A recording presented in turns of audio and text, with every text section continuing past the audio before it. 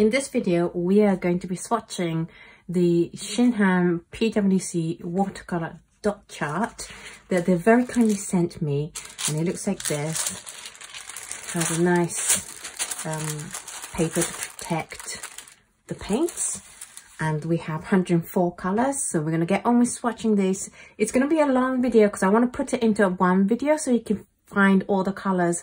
You'll know to come to this video to find all the colors, and also because I'm not going to go into too much detail, like there isn't enough paint for me to do my normal swatch test, but we can definitely swatch these, and you can hear my actual reaction to these colors because I will do it like real time rather than highly edited. And yeah, so you'll get to see the colors and hear what I think of them. Let's get started with the swatching. I'm going to use a size 6 Proline Pro Plus brush today for the swatching, just because the boxes, the area that I can spread the paint is quite small. Normally I do it with a size 10, but here we go.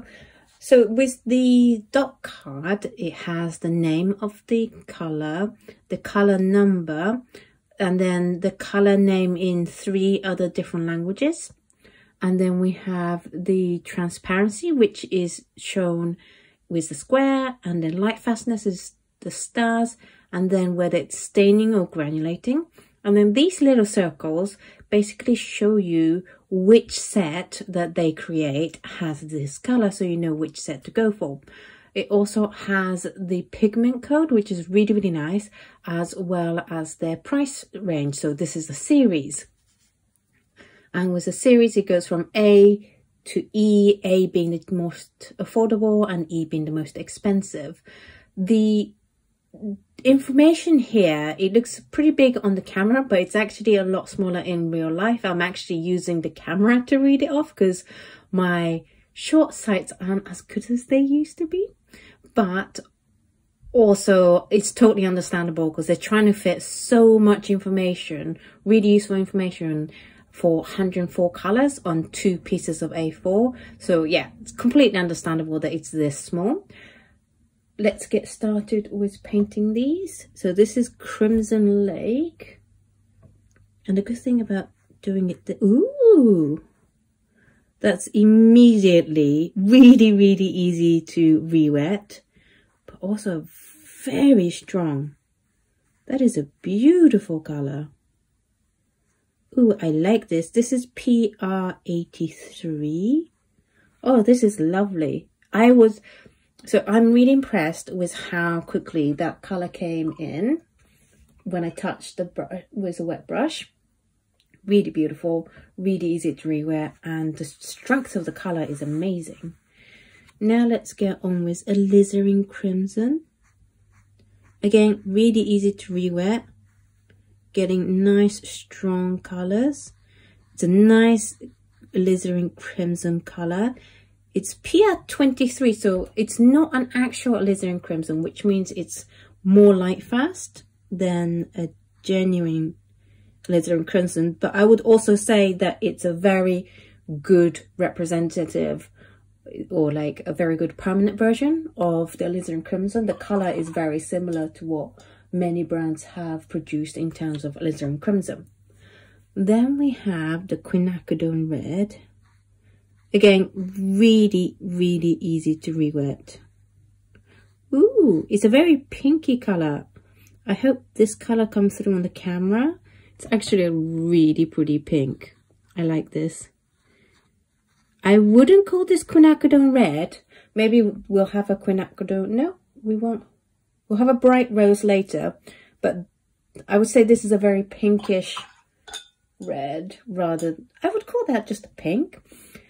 I'm just noticing that with the Crimson Lake, as it dries, it's taking on this violety hue, which is beautiful as well. Now let's look at Permanent Rose. Dead easy to re-wet as well. Oh, this is a really pretty color. This is PV19. The Quinacridone Red was also PV19. So this is a stronger color than the Quinacridone Red, and it's a little bit more pink. This is a little bit more bluish in hue than this one. I'm actually really impressed at how much coverage I'm getting with a small dot of paint, and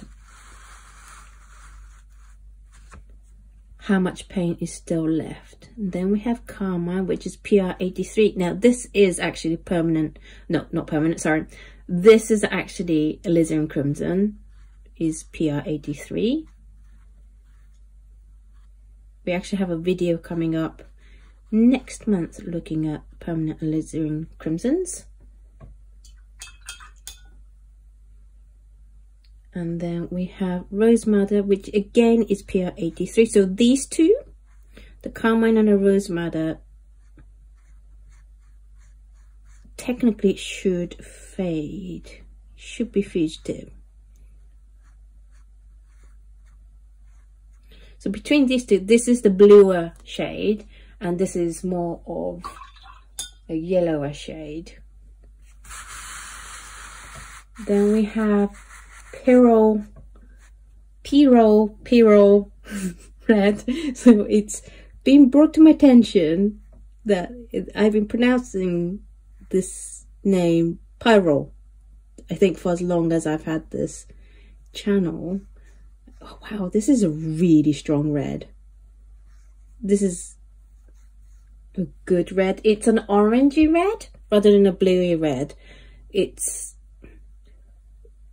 depends on which country, but I would say that certainly in the UK, it's more orange than a fire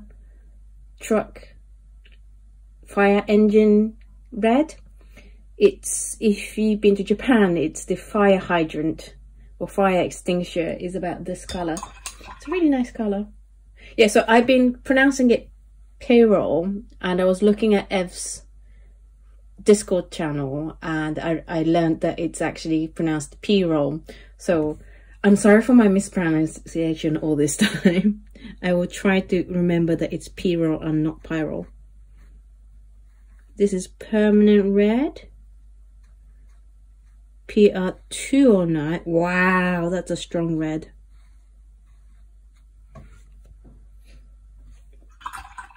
Let's see if there's much different. So far from what I'm looking at, I mean, the paints haven't dried yet, but they look pretty similar in terms of hue. This is PR254, this is PR209, but we'll come back to it once it dries at the end of the video. Then we have Brown Madder, which is PR83 and PY83. So again, this is Alizarin Crimson Genuine with a yellow pigment.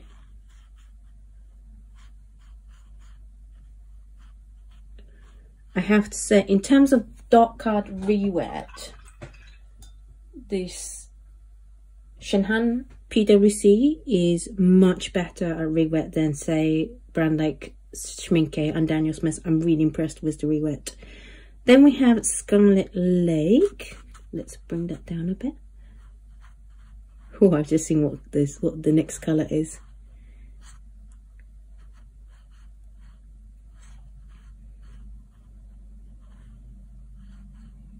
Again, nice strong red. It's a very orangey red. And then we have Ochre, for those of us who love Ochre. Little bit harder to re-wet. Very pink though. Yeah, I would say that this is a little bit more harder to re-wet than the other colors so far, but that's because the other colors are really easy to re-wet. And then we have Cadmium Red Deep. Very easy to re-wet.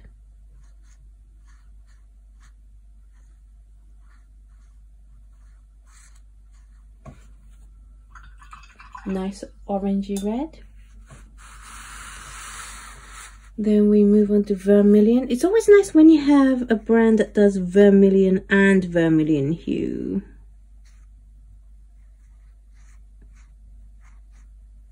because then you have a good choice.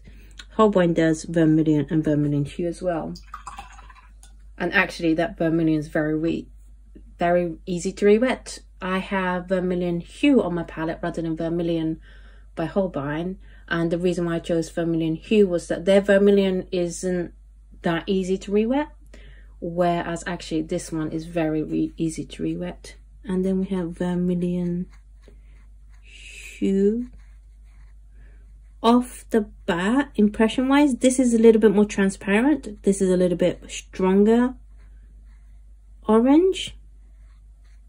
It's a very good orange, but it's slightly different. I would say that the Alizarin Crimson, which is permanent, is a better copy of a Alizarin Crimson than these two. This feels like a very transparent, strong, highly staining color, whereas this is more of a slightly opaque, granulating kind of color. But as a color on its own, especially because they only have one more bright orange that isn't cadmium, so like a transparent orange, I would say it's a good option if you want a nice hot orange that is transparent. Cadmium red orange.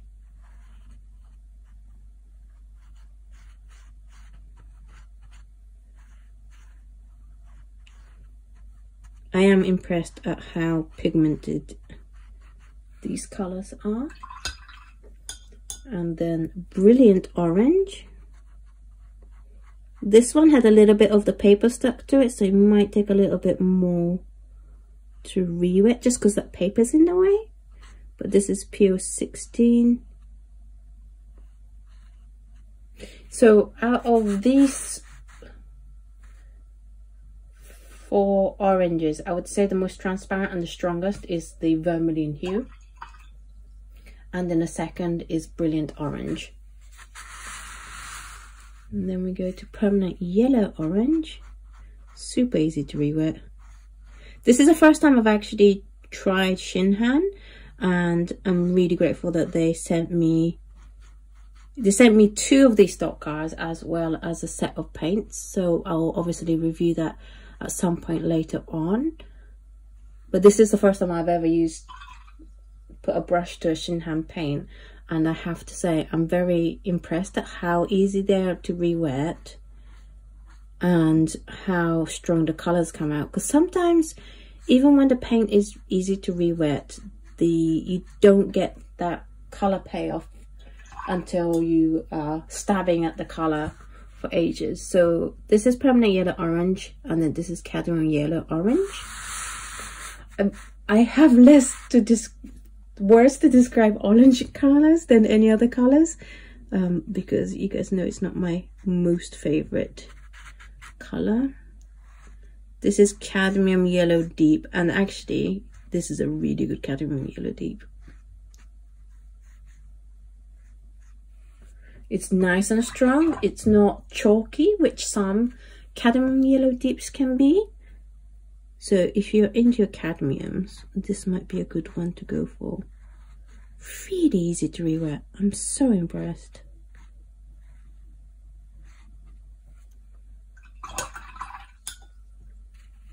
And then we have Cadmium Yellow Light and Cadmium Yellow Pale. Very wide range of colors, because you have Cadmium Yellow Pale, Cadmium Yellow Light, Cadmium Yellow, Cadmium Yellow Deep, Cadmium Yellow Orange, Cadmium Red Orange, Cadmium Red Deep. There's lots of cadmium colors. I'm not the biggest fan of cadmium colors, because I like transparent colors, and I'm also a tiny bit like, I would prefer to pick a color that isn't toxic over colors that are toxic. But I also know that other people can't live without their cadmium, and that's totally cool. I am not here to tell you guys what to buy and what not to buy. If it works for you, great. I'm just here to show you guys the paints themselves and give you my objective opinion. So that's all the cadmiums. Then we have the Indian Yellow.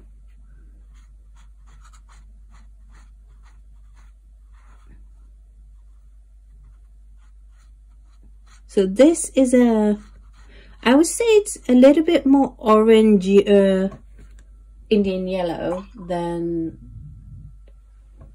what I'm used to, but it's also a nice Indian yellow. So I hope you guys aren't squeamish, but Indian yellow originally used to be like the pee of a cow I think it's a cow that's been fed on particular mango leaves or something. And then it was intensified like by boiling it down. And I have to say, while I was painting it, I was like, yeah, that actually looks like the color would have been originally. It's not, it's PO183. Indian yellow, genuine Indian yellow is not a color that's widely available anymore. But if you're going for like the kind of authentic look that I would think Indian yellow would look like, then this is actually a good choice. I'm just going to take a drink. Then we have Permanent Yellow Deep. Really nice, strong. I am really impressed at how strong these colors come out with just a couple of brush strokes. And that is PY83 and also NA, so I assume there's something else in there. And then we have Permanent Yellow Light. And I noticed that they don't have an Aurelian, which is good. I would say this is a nice, transparent, strong, I would say mid-yellow, because I'm guessing that the lemon yellow is going to be the cool. Yeah. So this, I can see, is opaque lemon yellow. So this is closer to bismuth yellow than your traditional transparent lemon yellow. So if you want a transparent cool yellow, I don't think they have one, because they have the lemon yellow and the cadmium yellow pale are the two cool cut yellows. But that Permanent Yellow Light is a good option for a mid yellow. And for most people, when they are not as bothered about cool yellow as I am, then it's a good yellow. I'm just very particular about having cool yellow in my palette because it's one of my favorite colors to paint with. Naples yellow, as you would expect, it's a nice warm beigey kind of color. It's actually a nice clean color. I like it.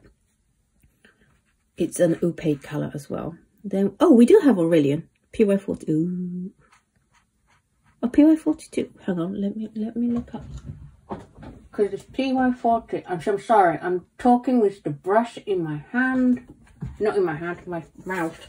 Which is why I'm talking really weird. And it's also why my face recognition isn't working. Right. PY42. Pigment.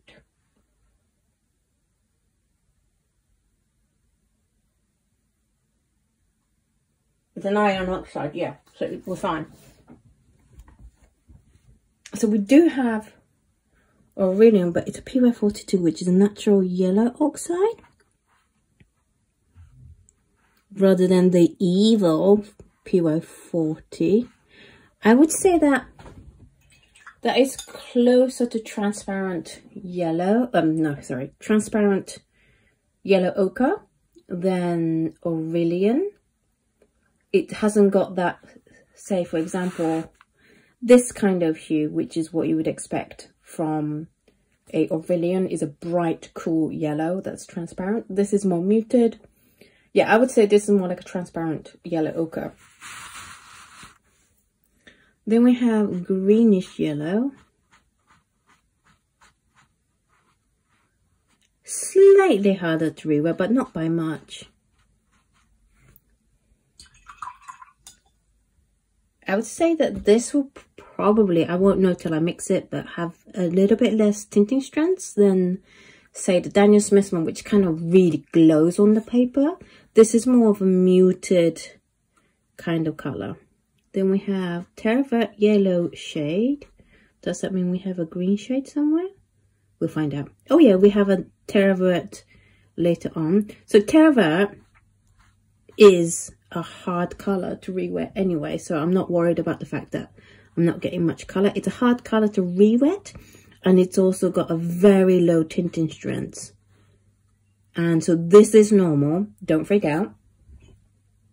And as far as terra verts go, I think this is a really nice color because normal terra verts, this is more muted and calmer. So if you have a lot of cobalt violets and those lighter tinting palette, this is beautiful, and it's more of a mid-green color. Then we have olive green. I always get excited when there's an olive green in the brand because I know a lot of you are on this quest and pilgrimage to find the perfect olive green, and so I'm always happy when I can show you a new olive green shade. What do you think of this one? I would say that it's got a quite strong yellow undertone, and yeah, I'm not jumping up with that one, but I'm also not the one that's on the hunt for olive green, so let me know what you think of this olive green. Then we have cadmium green pale, and this is more exciting for me because, you know, I like bright colors. Ooh, this is nice. We don't get many brands covering cadmium green pale, so it's actually nice. This is very good. I actually quite like this. I might add this to my collection. This cadmium green pale, it's nice and strong, it's nice and bright, and it's like a nice set with cadmium green pale and some kind of cool yellow. Then we have cadmium green light. This one's a little bit harder to re-wet, but so far I have not had any surprising color that was like hard to re-wet when it shouldn't be. Terra vert was hard to re-wet, but every terra vert from every brand is. Then we have permanent green number 1.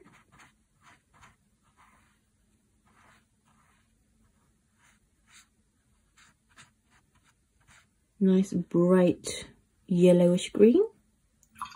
Actually, these 3 colors,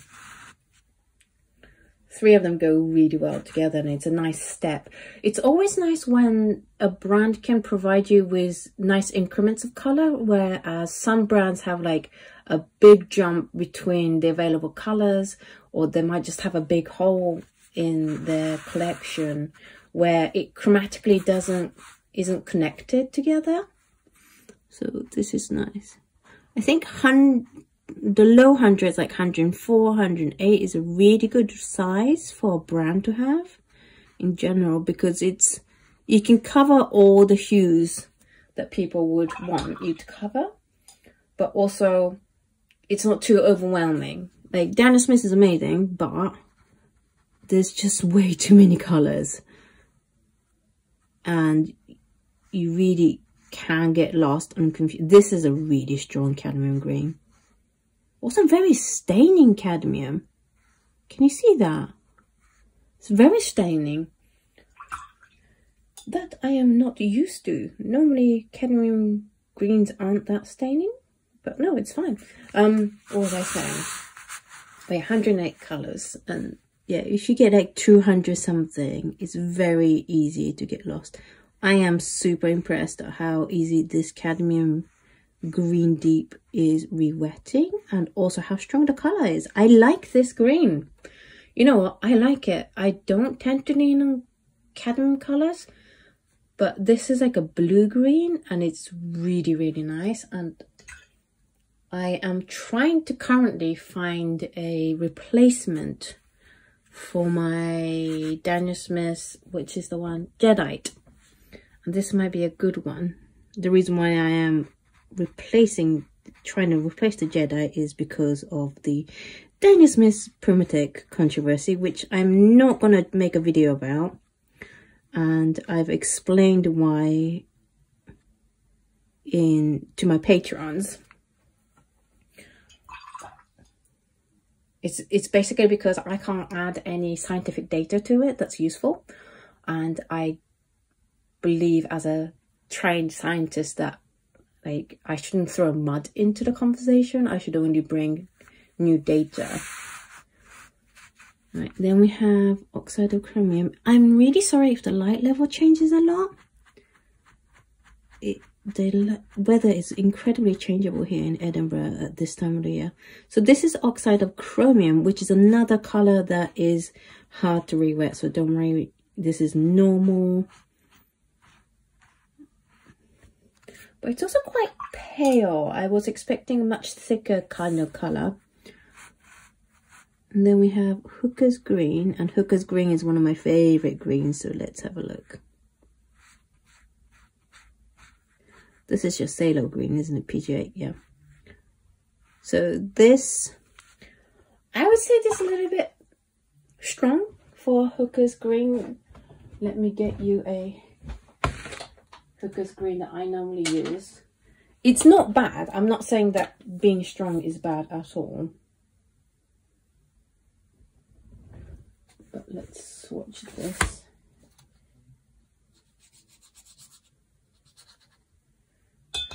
This is what I normally use.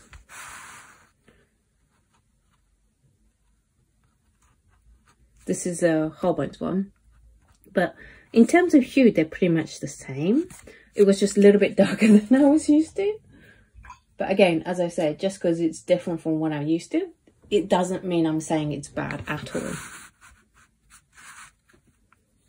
It's getting really dark. Let me just adjust the light level again.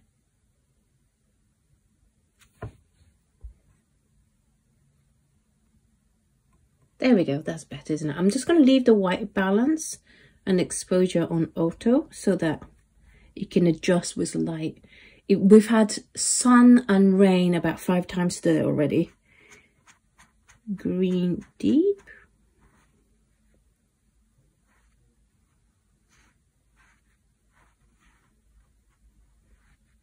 This is a nice Phthalo Green.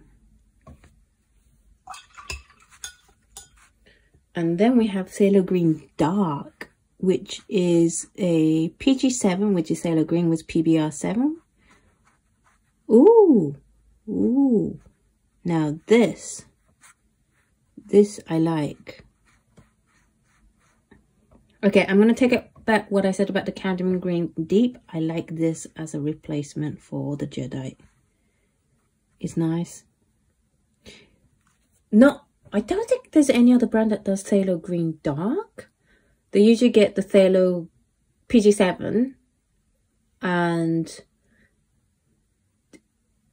but they don't normally do anything with the PG7 in another color. So I think this is a really nice color. I'm not sure about the paper this dot card comes in though. This is Viridian, so this is PG7 again, which means it's a Viridian Hue, but they also have a Viridian Hue that's PG7. I'm slightly confused at that. So yeah, this is way too strong for a Viridian Genuine, because Genuine Viridian is quite pale. It's not as weak as Oxide of Chromium or Terravert, but this is definitely too strong, and I'm not sure why they did both, because that gives you the impression that this is a genuine when it's not. So this is Viridian Hue.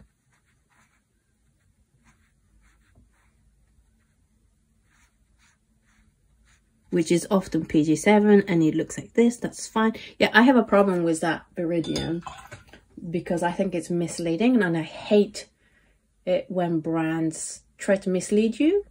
Well, I can't say whether they did it on purpose or not, but to me it's like if you have Viridian and Viridian Hue, then that's suggesting that the Viridian is genuine.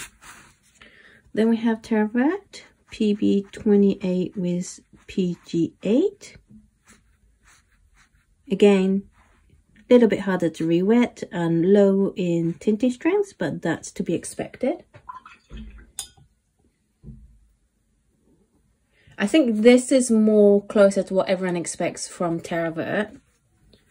Then we have Shadow Green. Ooh, oh, now this I like. PBK 31. So it would be a Perylene Green or Perylene. I think it's a Perylene Green. That's a nice green. The Shadow Green and the Phthalo Green Dark, I think it's a nice cut. Two nice colors together. Then we have Peacock Green.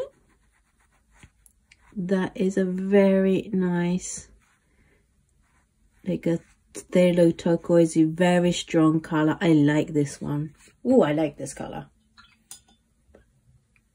So it's a PG7 and PB15 3. So yeah, it's a phthalo turquoise. It's phthalo green with phthalo blue. Then we have Cobalt Green. Again, cobalts are harder to re-wet. I like this color. It's nice and soft. Soft color, but also quite vibrant. Ooh, I like that Cobalt Green. I know there's many of you who are chasing after the perfect turquoise blue color. This might be a good contender. Then we have the Turquoise Blue Light. Thank you so much for watching all this way, guys. We are on the bottom row of the first page. This is a Turquoise Blue Light, so this is a cooler blue. I would say that this is a slightly brighter blue than the Cobalt Green. And then we have Turquoise Blue. Again, this is a shade cooler than the Turquoise Blue Light.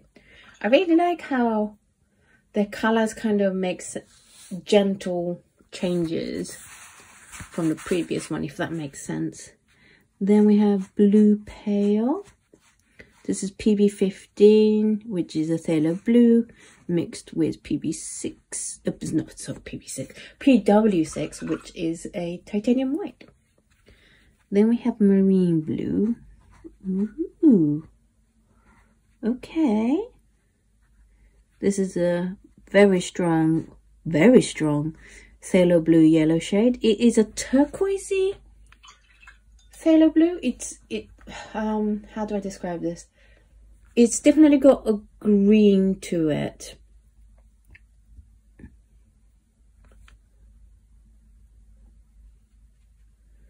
So for example, let me just... So this is Holbein Phthalo Blue Yellow shade.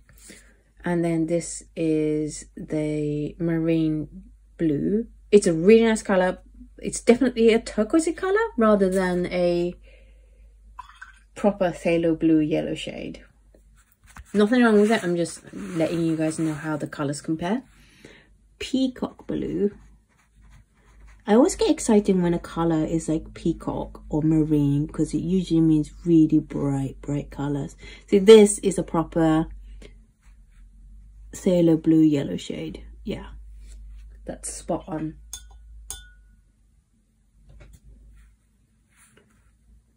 And then we have the Viridian Blue, which again is a color that's harder to re-wet because that's PBA 28, so that's Cobalt Blue mixed in with the titanium yellow, and Cobalt Blues are harder to re-wet. It's also quite opaque. It's a nice pastel-y color. Okay, now we're going to page 2. Let me move this out the way.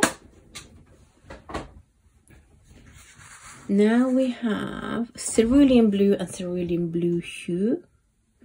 And here I'm glad to see that they actually have the genuine pigment for the Cerulean Blue and then a non-genuine pigment for the Cerulean Blue Hue. So Cerulean Blue Genuine are harder to re-wet. So this is totally normal and it's quite pale. It's low in tinting strength, completely as you would expect. Cerulean Blue Hue. Yeah, this is just another phthalo blue yellow shade. I don't know why brands do this.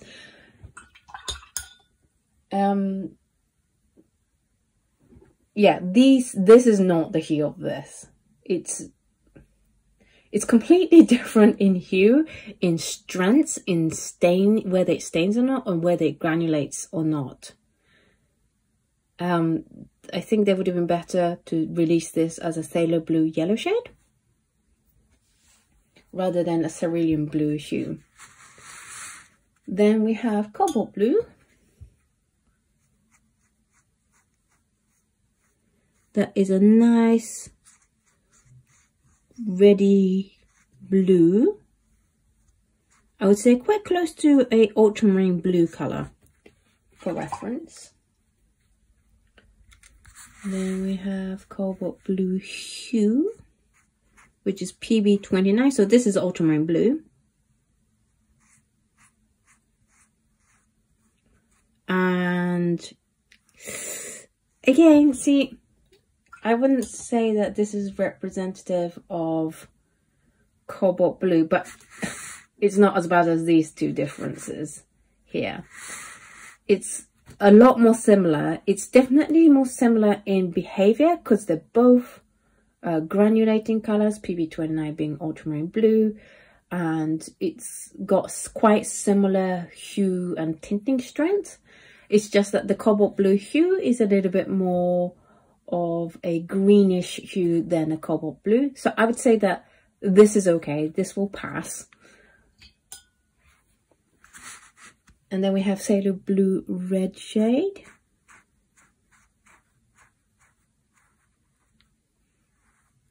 Tiny bit harder to re-wet, but only tiny bit. That's a nice Phthalo Blue yellow Phthalo Blue Red shade. Then we have Ultramarine Light.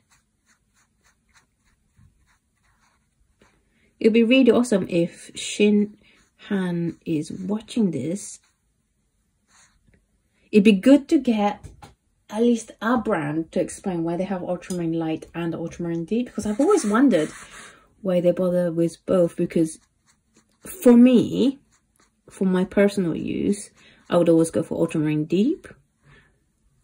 But there must be a use for Ultramarine Light that I don't know, and I'd love to find out why that is. Or like, if you always prefer to go for Ultramarine Light than Ultramarine Deep, then please let me know in the comments, because I would love to know what the use for Ultramarine Light is as opposed to Ultramarine Deep. Here though, they're pretty similar. Let me take a drink.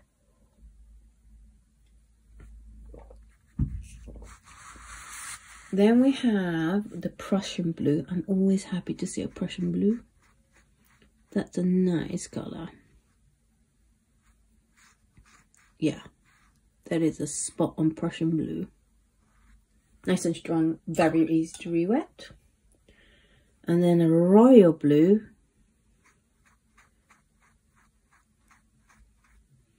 Actually, that is a spot on what I would think of as Royal Blue. To me, Royal Blues are like the kind of blues you see in Wedgwood or Royal Doulton China, that's like white and navy, that navy color, and this is definitely spot on. Then we have Indigo. Oh, now this is a nice Indigo. Easy to re-wet, really strong. Ooh, I like this Indigo. I might have to debate about changing my Indigo in my palette from Holbein to ShinHan for this one. That's a really nice strong Indigo. Then we go down to the next row. Let's do Lavender.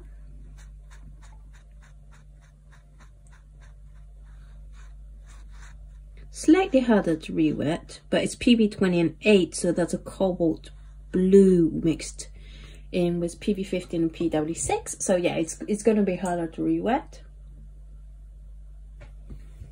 Then we have Ultramarine Violet. Again, Ultramarine Violet's are slightly harder to re-wet and tends to be lower in tinting strength. So this is as I would expect them to be. It is a red Ultramarine Violet rather than, say, the Schmincke's Ultramarine Violet, which is quite blue. And then we have Permanent Violet. Ooh, nice strong dioxazine violet color. That's nice and strong. It's very luminescent actually. It glows. Then we have Mineral Violet. That's a lovely color. Mineral Violets are harder to re-wet, just like a little bit. And so this is normal. That's a really lovely hue actually. I can see someone painting some lovely flowers with those colors. And then Cobalt Violet Light. This will be harder to re-wet. Cobalts are just harder to re-wet and really low in tinting strengths. But actually this is, oh, Cobalt Violet Light. Yeah, I would say this is on the lower end of how strong the color is.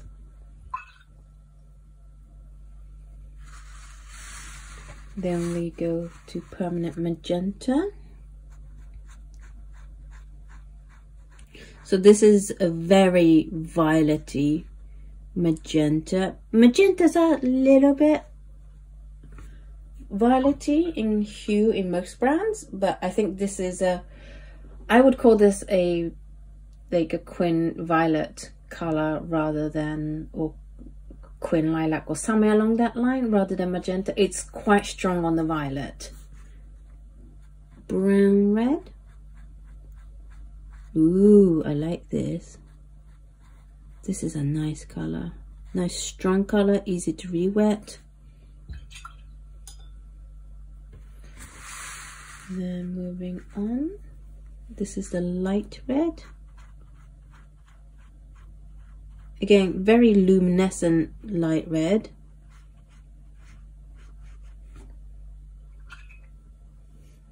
I do love the fact that this language calls it Watercolor hell.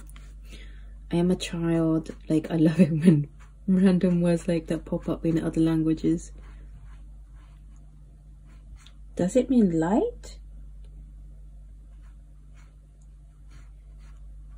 Please let me know what, if you know what these languages are. I've kind of guessed that the middle one is French, top one's probably Spanish. So I'm guessing that the bottom one is German maybe? So that's a nice, pretty transparent maroon brown. Let's see, Burnt Sienna. It's a PR101 Burnt Sienna. I would say it's quite light in Burnt Sienna. We just had the Burnt Sienna first episode. I hope you guys enjoyed it. And those come very varied in terms of how light or strong they are in terms of tinting strength. Burnt Umber. Oh, it is now storming rain. I'm glad I changed the camera to auto adjust the light. I hope it's better for you guys. Burnt Umber, yep, how I would expect a burnt umber to be. Raw Umber, yeah, slightly redder than what I had in my mind. Doesn't necessarily mean that I'm right and they're wrong. I get things wrong all the time. Then Raw Sienna.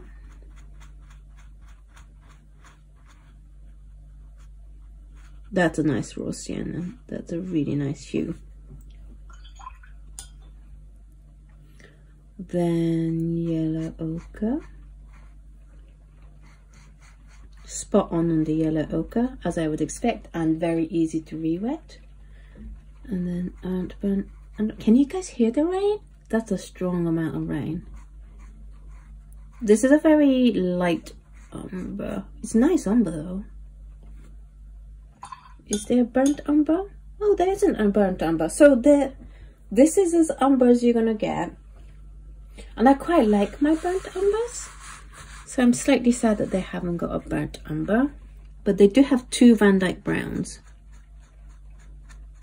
And I think NBRA is actually, don't quote me on it, but actually the genuine Van Dyke brown, which is really nice because not many brands do genuine Van Dyke brown.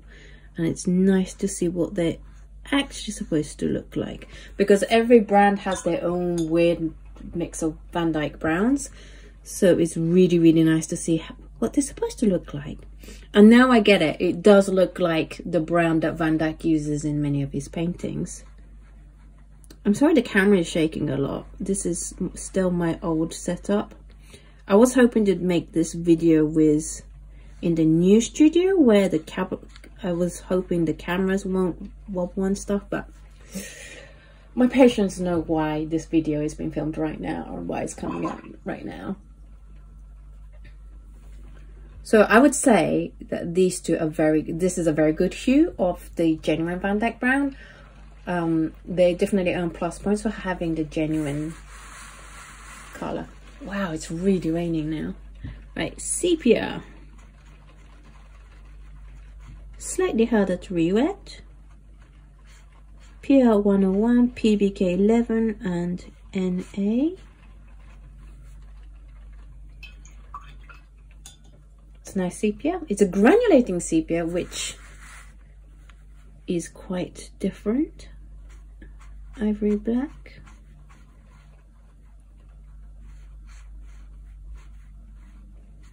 Nice ivory black. And then peach black, slightly harder to re-wet. A little bit, I guess, lower on the tinting strengths as well.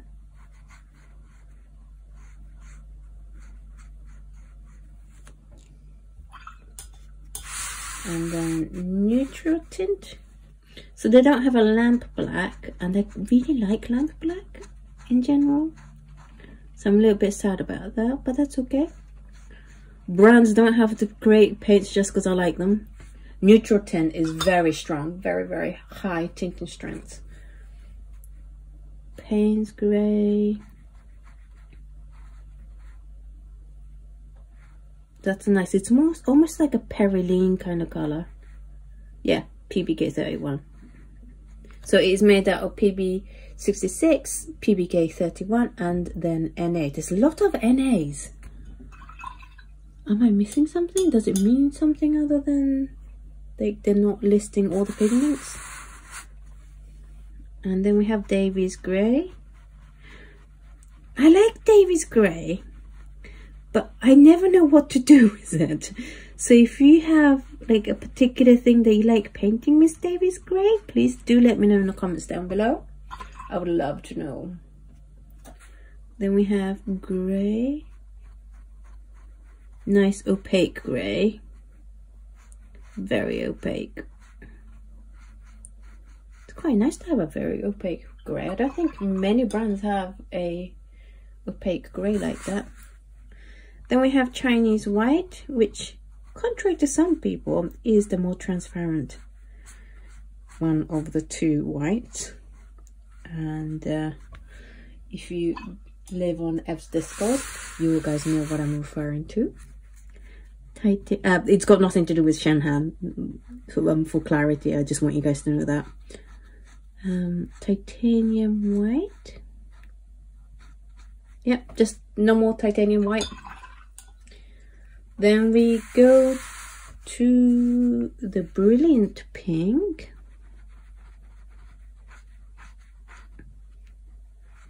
It always tickles me when brands call this color brilliant pink because it's so pale, and you know the brands inevitably have brighter pinks, but it's a traditional name for this color. So shell pink, lovely, lovely. Actually, this is a really cute shell pink. It's a corally pink, and I don't normally like shell pink because it's a cool pink, whereas this is a warm pale pink, and I really like it. I do. I'm actually really liking this. And then there's Jambreon, as expected. Oops, sorry, I was off the camera for that one. That's the Jambreon, and then we have the Jambreon 2. I hope I'm pronouncing Jambreon correct. Ev, let me know if I have or haven't.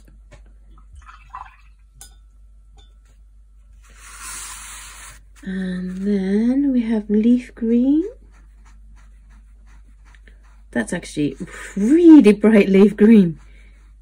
Almost like neon kind of color. I quite like that. I wish they kind of made it without the PWC, because I'm after a yellowy green color that is transparent, but this is very nice and strong. And then we have Permanent Green 2. I guess this came out after Permanent, like the first lot of colors came out. Yeah, that is like a yellow shade of green.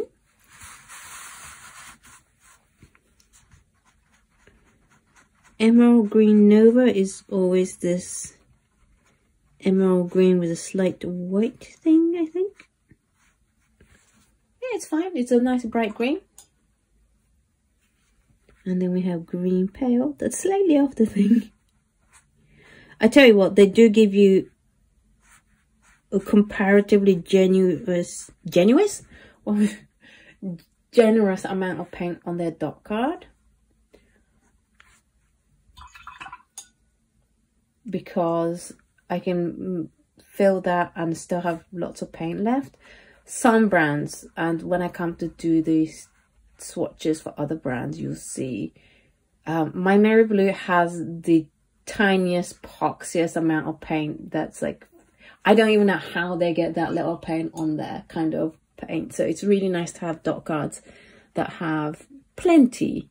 It's not like massive amount, but it's also plenty for you to like swatch and then still have a little bit left, which is all you can ask for from a dot card, really. Horizon Blue, nice pale sky blue that's got the white, so pastel sky blue.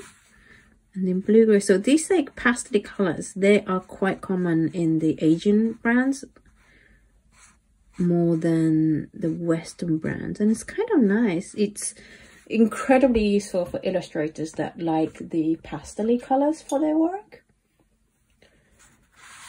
And then we have Lilac. Yeah, as I would expect them to be.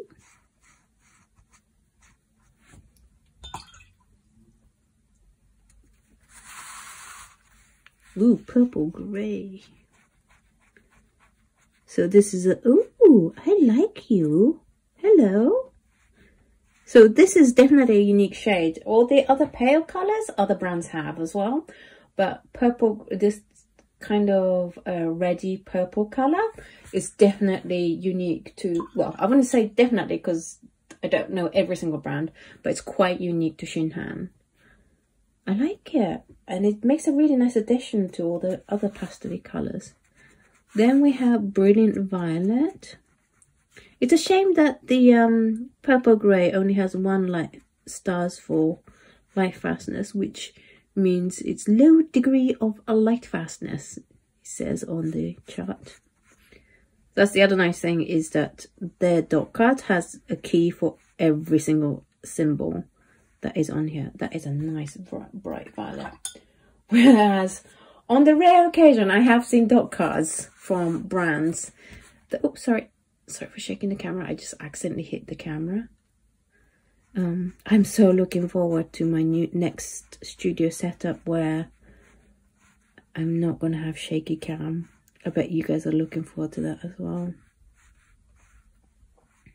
That is a nice bright rose.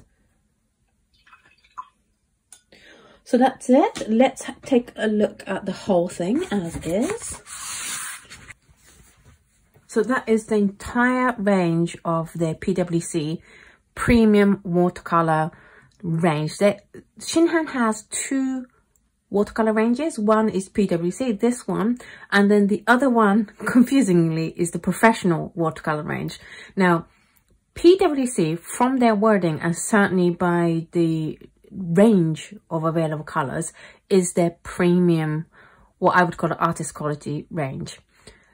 The professional range is, they don't call it student, they still call it, it's for professionals, but it's supposed to be like a little bit lower quality, as I understand it. But having said that, I've not had any experience with ShinHan products until today, which means I can't tell you for a fact that they're student grade.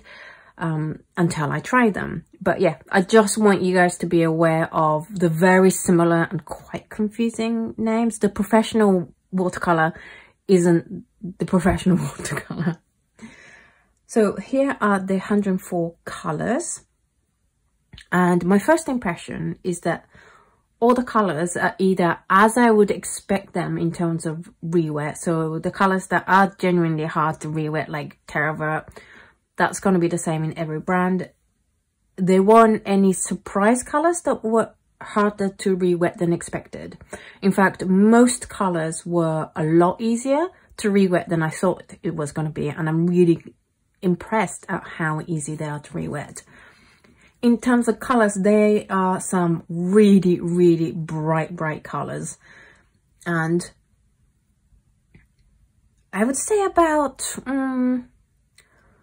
80% of the colors that are supposed to be nice, strong, bright colors are super bright. They're very tuned up in terms of their colors. There were a few that were a little bit not as bright, but on the whole, I would say that ShinHan is definitely a bright, intense color range than most of the brands. In terms of favorite colors, I would say, where are those colors? I love the Phthalo Green Dark, and I'm definitely going to give it a go as a replacement for the Jadeite from Daniel Smith.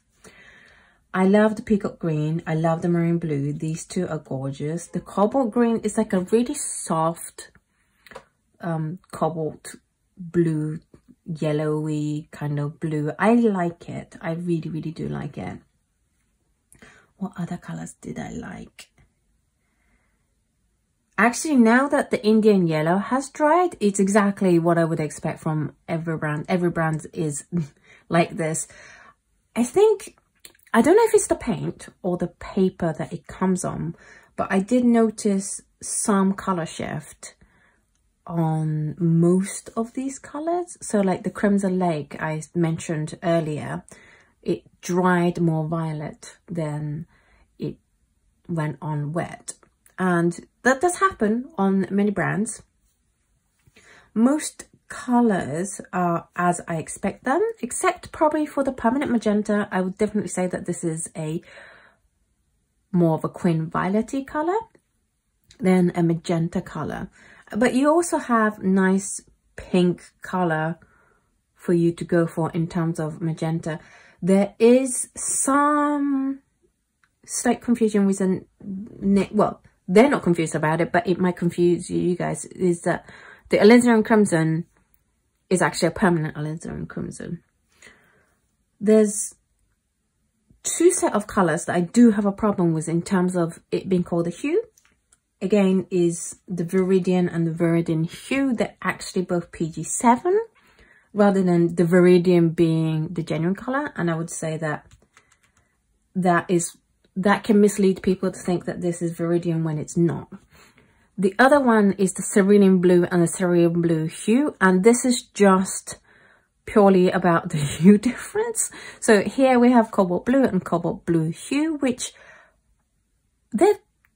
if you squint, they're pretty similar, and that's what you can, that's the most you can expect from hues, is that it's pretty similar is a good target to go for, whereas these two are just so different. One is granulating, the other is non-granulating. This is non-staining, this is staining. This is obviously a much more intense, high tinting strength color than Cerulean Blue. I would never call these like a hue match. What other colors do I like? I really like the fact that they actually have a Van Dyke Brown, the genuine stuff, because I don't think other brands have genuine Van Dyke Brown. Do let me know, like, correct me if I'm wrong, because I'm just going off what's in my head, and it's not much at the moment because I'm going through depression, and the depression fog is real, people. I said the Phthalo Green, these guys. Oh, see, now olive green, it definitely looks more olive green than now it's dried. I do feel that it suffers from, the brand in general suffers from a bit of a hue change, but I mean other brands do too, so it was just quite noticeable in this. The Ochre, the bright violet and bright rose is eye-searingly bright, so if you're into that, go for it. I also really enjoyed the purple grey because other brands do have these pastel colors, especially the Asian brands, but purple grey is definitely a quite unique hue for a pastel range. So if you love pastel colors and if you're looking for a new color, definitely go for that one. The indigo is beautiful. It's really, really strong, which is how I like my indigo, so that I can have maximum value range. And I will definitely seriously think about replacing it in my palette from the Holbein that's in there. The only other disappointment I think was the Viridian. It is a PY42, so it's not going to fade on you like PY40. And if you don't know why I'm really hard on PY42, then PY40, then I will leave a link up here for you guys on that video, because I am here to educate you guys on the dangers of PY40 and why you don't want to use it on your painting. However, I again don't think it's quite representative of Aurelian. It should be a nice bright yellow, like these kind of colors, transparent and bright, whereas this is more of a transparent yellow ochre. Is that everything? I think so. On the whole, I am definitely impressed with this range. I knew nothing about this brand. I've never tried it before, and I've only seen Ev do the ShinHan Pass, and so it's really good to try them. Thank you, ShinHan, for sending me this dot card and also the set that I will review soon. These are really impressive colors, actually. I would say in terms of brightness, I would put it up there pretty high. Like, some colors are definitely brighter than Holbein, which you know how I love Holbein. I would say that it's even brighter than Daniel Smith. However, it's not hugely tuned up like Mission Gold is. Mission Gold, I'm like, your colors are too bright. It's not as expected. Whereas these guys do behave in a way that I expect, but it's just quite bright versions of them. So if you are like me and you really like bright colors, then I can recommend this for you guys. Thank you so much for watching all this way. I hope you guys enjoyed this swatching session. I don't usually I haven't done these big long swatching sessions for a while, but I hope you guys enjoyed it. I hope this video is useful to you. Again, thank you so much to ShinHan for sending me this, and do let me know what you think about these paints in the comments down below. I will also try to find where you can find these online so you can order them for yourself and just see how bright these are. I will also put a scan of this over on my Patreon so you guys can have a look. And I think that's it. Thank you so much for watching all the way through, and I will see you guys in the next video. Bye!